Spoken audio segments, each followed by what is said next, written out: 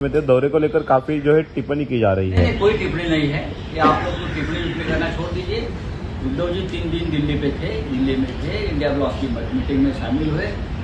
राहुल गांधी जी के निवास स्थान पर जो स्नेह भोजन का कार्यक्रम हुआ, वहाँ एक प्रेजेंटेशन दिया चुनाव वोट चोरी के बारे में। वहाँ हम सब लोग वोट चोरी के प्रेजेंटेशन देखकर बहुत प्रभावित भी हुए और बहुत सी बातें महाराष्ट्र और देश के राजनीति के बारे में हमने चर्चा भी की। वहाँ उद्धव जी ने अलग से चर्चा की। तो हमें लगता है कि दौरा पूरी तरह से सफल हुआ। सर, किस प्रकार की चर्चा थी? क्योंकि राज ठाकरे हो, उद्धव ठाकरे हो, महाराष्ट्र में एक साथ राज ठाकरे जी, उद्धव ठाकरे जी का एक साथ आना ये दोनों का व्यक्तिगत निर्णय है। महाराष्ट्र के लिए, मराठी मानुस के लिए और महाराष्ट्र के स्वाभिमान के लिए दो ठाकरे बंधु अगर एक साथ आते हैं तो उसमें देश भर में स्वागत उसका हो रहा है। सर, कबूतर खाने को लेकर जो है वो कबूतर जा गाना आप लगा दीजिए। 11 तारीख को एक मोर्चा निकलने वाला है इंडिया अलायंस का केंद्रीय चुनाव आयोग के खिलाफ, उनके घोटाले के खिलाफ राहुल गांधी जी ने एक मुहिम छेड़ी, एक संघर्ष, एक युद्ध छेड़ा है और उसका एक परिणाम ये है कि हम 11 तारीख को एक मोर्चा हमने तय किया है। शिवसेना उस मोर्चा में शामिल। थैंक यू सर, आज कबूतर खाना में सुबह काय नेमकी रूपरेषा आहे आणि शिवसेना युबीटी तर्फे कोण या मोर्चामध्ये सहभागी होतं? माननीय उद्धव ठाकरे हे दिल्ली दौऱ्यावर असताना राहुल गांधी, मल्लिकार्जुन खरगे या दोन प्रमुख नेत्यांनी सन्मान्य उद्धव ठाकरे यांच्याशी या विषयावर चर्चा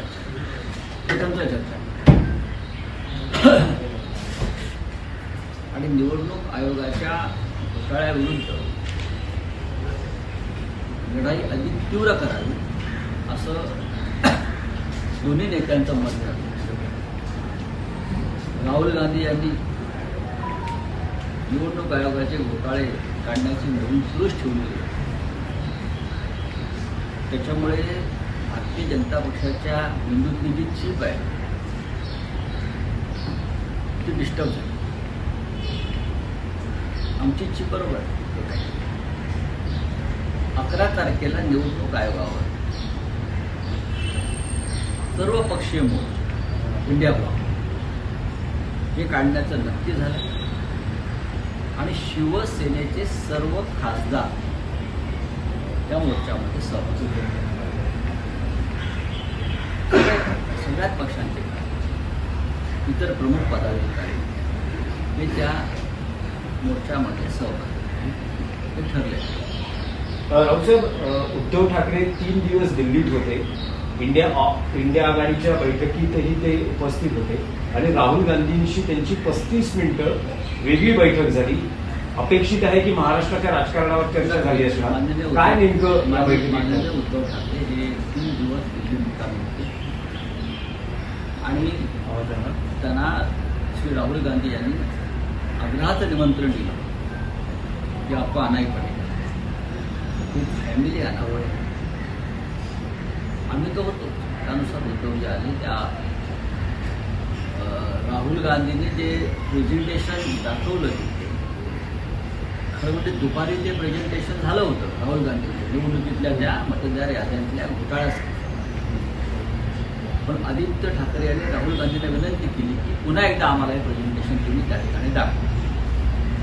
त्यानुसार राहुल गांधींच्या निवासस्थानी स्पेशल स्क्रीन लावून निवडणूक आयोगाच्या घोटाळ्यासंदर्भातलं एक प्रेझेंटेशन राहुल गांधींनी दाखवलं। आम्ही ते प्रेझेंटेशन शेवटच्या रांगेत बसून पाहिलं आणि तिथून ते प्रेझेंटेशन उत्तम दिसत होतं, आकडे।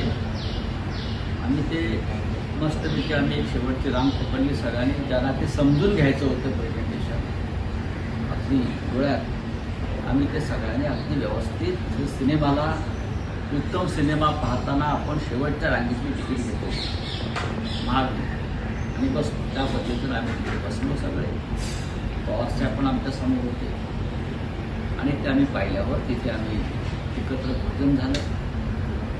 सोनिया गांधी, रश्मी ठाकरेजी, माननीय उद्धव ठाकरे कमल हसन, खडगे साहेब असे प्रमुख लोक एका टेबलावर होते. त्यानंतर राहुल गांधी, सुप्रिया सुळे, यांनी मुझी, आदित्य ठाकरे, मी स्वतः, डेरेक ओब्रायन, अभिषेक बॅनर्जी हे आम्ही दुसऱ्या टेबलावरती बसलो होतो. बाकी सगळे प्रमुख लोक आमच्या आसपासच होते. आणि त्यानंतर एक बैठक झाली राहुल गांधींच्या निवासस्थानामध्ये. त्यात काही मोजके लोक होते. त्यात उद्धवजी होते, आदित्यजी होते, प्रमुख नेते आम्ही सगळे बसलो होतो. आणि त्याच्यामध्ये पुढली रूपरेषा राजकारणाची, महाराष्ट्राच्या राजकारणावर जास्त आणि परत स्वतंत्रपणे ही बैठक संपल्यावर अनेक विषयावर चर्चा ती आता इथे सांगण्यात. पण आम्ही सगळे त्या बैठकीनंतर आशादायी आहोत की या देशात आणि महाराष्ट्राच्या राजकारणामध्ये जे आम्ही सांगतो की काही घडामोडी घडू शकतात किंवा घडतील. कारण पूर्णपणे राहुल गांधींनी नरेंद्र मोदी हे कशा प्रकारे निवडून आले, किंवा 50 लोकसभा निवडणुकांवरती घोटाळे करून हे त्यांनी उघड केलेले आहे. खरं म्हणजे तोंड लपवायची पाळी या लोकशाहीमध्ये भारतीय जनता पक्षावर आलेली आहे. पण हे जे राहुल गांधींनी जो बॉम्ब टाकला त्या बॉम्बमध्ये त्यांच्या अब्रूच्या चिंधड्या उडालेल्या आहेत. हे खुलासे कसले करत बसले. जे राहुल गांधींनी जो बॉम्ब टाकला त्या बॉम्बमध्ये त्यांच्या अब्रूच्या चिंधड्या उडालेल्या आहेत. हे खुलासे कसले करत बसले. स्पष्ट दिसतंय काय झालं. आणि अनेक विषयावर चर्चा झालेली. पण मुख्य लक्ष होतं किंवा सगळ्यांना उत्सुकता आहे की महाराष्ट्रात 2 ठाकरे बंधू एकत्र येत आहेत. आता तर सुरुवातही झाली आहे निवडणुकीच्या राजकारणात एकत्र येण्याची. बेस्ट कामगार पतपेढी निवडणुकीत 2ही ठाकरे बंधूंचे पॅनल एकत्र लढत आहे. अशा वेळेस राज ठाकरे, उद्धव ठाकरे बंधूंच्या युतीची राहुल गांधींना काही स्पष्टता देण्यात आली का? माननीय उद्धव ठाकरे आणि माननीय राज ठाकरे यांची जी युती आहे हा इंडिया ब्लॉकचा विषय नाही. हा स्थानिक स्वराज्य संस्थांचा विषय आणि स्थानिक स्वराज्य संस्थांच्या निवडणुकांवरती राष्ट्रीय स्तरावर कधीच चर्चा होत नाही. तुम्ही समजून मग तुमची ती समोर काय ते NDA असेल किंवा तुमची ती महा युती असेल त्याच्यामध्ये स्थानिक स्वराज्य संस्थांवर चर्चा होणार नाही. काही लोक जाऊन दिल्लीत त्यांचे पक्षप्रमुख बसलेले असल्यामुळे जात असतील आणि चर्चा करत असतील. पण या 2 प्रमुख बंधूंचा एकत्र येण्याचा जो निर्णय आहे तो माननीय राज आणि उद्धव साहेबांनी घेतलेला आहे आणि तो ते समर्थ आहेत असं त्यांनी सांगितलेलं आहे एखादा विषय पुढे नेण्यासाठी. पण आता ज्या विषयावर चर्चा होते कारण ही महाराष्ट्राची एक मोठी घडामोड आहे राजकीय. तर त्या इंडिया आघाडीच्या बैठकीमध्ये प्रत्यक्ष या विषयावर चर्चा होते. आणि मला असं वाटतं की 2 बंधू एकत्र येण्याबद्दल इंडिया आघाडीमध्ये कोणालाही आक्षेप नाही. काँग्रेसला आक्षेप नाही. मला चित्र असं दिसलं की कोणालाही आक्षेप असण्याचं कारण नाही आणि नाही. 2 बंधू एकत्र येत असतील तर आक्षेप काय? मराठीच्या प्रश्नावर हर्षवर्धन सपकाळे म्हणजे इकडलं काँग्रेसचं महाराष्ट्रातलं युनिट सुद्धा मराठीच्या प्रश्नावर तीच भूमिका घेतलेली आहे. राजकीय विषयावर म्हणतो, मराठीच्या विषयावर आक्षेप नाही पण राजकीय विषयावर आम्ही राजकीय दृष्ट्या एकत्र आलेलो आहोत. त्याचा केंद्रबिंदूच मराठी आहे ना. त्याचा केंद्रबिंदू जो आहे तो मराठी भाषा, मराठी अस्मिता, मराठी स्वाभिमान, मराठी माणूस, महाराष्ट्राचं रक्षण हाच आहे. वेगळा विषय काय याच्यामध्ये आहे? शरद पवार असतील, माननीय शरद पवारजी असतील किंवा राज्याचे काँग्रेसचे प्रमुख हर्षवर्धन सपकाळे असतील, या सगळ्यांच्या भूमिका मराठी भाषा अस्मिता आणि मराठीवरती होणारी सक्ती इतर भाषांमध्ये या संदर्भात समान आहे. आम्ही सगळे एकत्रच आलो होतो त्यासाठी ना. त्याच्यामध्ये जर आम्ही काही स्थानिक मुंबई ही महाराष्ट्राची राजधानी आहे मुंबई, आणि मुंबई वाचवण्यासाठी उद्धव ठाकरे आणि राज ठाकरे यांनी काही एकत्र भूमिका घेण्याचं ठरवलं असेल तर संपूर्ण देशातल्या मराठीप्रेमी जनतेला, स्वाभिमानी जनतेला त्याचा आनंद असतो. नाही पण राज ठाकरेंची परप्रांतीय विरोधातील भूमिका ही काँग्रेसला पटेल का? राज ठाकरे यांनी परप्रांतीयांच्या विरुद्ध कोणती भूमिका घेतलेली नाही. कधी काळी शिवसेनेवरती आरोप होत होते. महाराष्ट्रात राहणाऱ्याला मराठी बोलता आलं पाहिजे. तुमच्या माहितीसाठी सांग, अशा प्रकारचं आंदोलन सध्या बंगालमध्ये सुरू आहे. त्याची तुम्ही माहिती घ्या. बंगालमध्ये ममता बॅनर्जी यांनी बंगालमध्ये भाषा आंदोलन सुरू केलं आहे, फक्त बंगाली.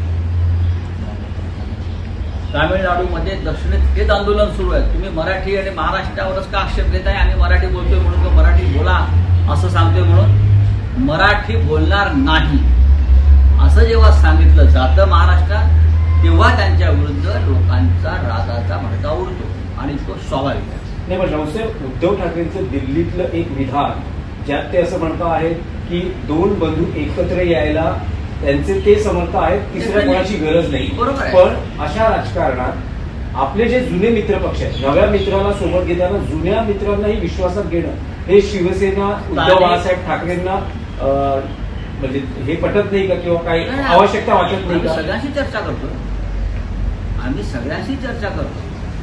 हा तुमचा जो प्रश्न आहे हा चुकीचा प्रश्न आहे. महाविकास आघाडी ही विधानसभा निवडणुकांसाठी निर्माण झाली आणि इंडिया आघाडी ही लोकसभा निवडणुकांसाठी तयार झाली. स्थानिक स्वराज्य संस्थांसाठी अद्याप अशी कोणती आघाडी निर्माण झाली असेल मला सांगा तुम्ही.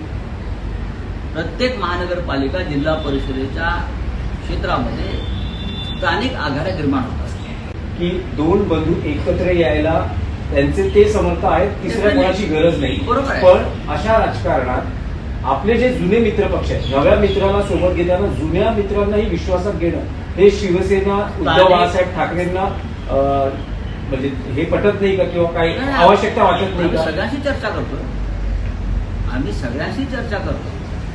हा तुमचा जो प्रश्न आहे हा चुकीचा प्रश्न आहे. महाविकास आघाडी ही विधानसभा निवडणुकांसाठी निर्माण झाली आणि इंडिया आघाडी ही लोकसभा निवडणुकांसाठी तयार झाली. स्थानिक स्वराज्य संस्थांसाठी अद्याप अशी कोणती आघाडी निर्माण झाली असेल मला सांगा तुम्ही. प्रत्येक महानगरपालिका जिल्हा परिषदेच्या क्षेत्रामध्ये स्थानिक आघाड्या निर्माण होत असतात. हा आतापर्यंत इतिहास आहे. अगदी स्थानिक, त्यात राजकीय पक्ष सुद्धा अनेकदा नसतात. त्याच्यामुळे स्थानिक स्वराज्य संस्थांच्या बाबतीत निर्णय घेण्याचे अधिकार हे त्या शहरातल्या प्रमुख कार्यकर्त्यांना, पदाधिकाऱ्यांना असतात. मुंबई हा विषय सगळ्यांपेक्षा वेगळा असल्यामुळे मुंबईबाबत माननीय उद्धवजी आणि राज हे स्वतंत्र भूमिका घ्यायला समर्थ.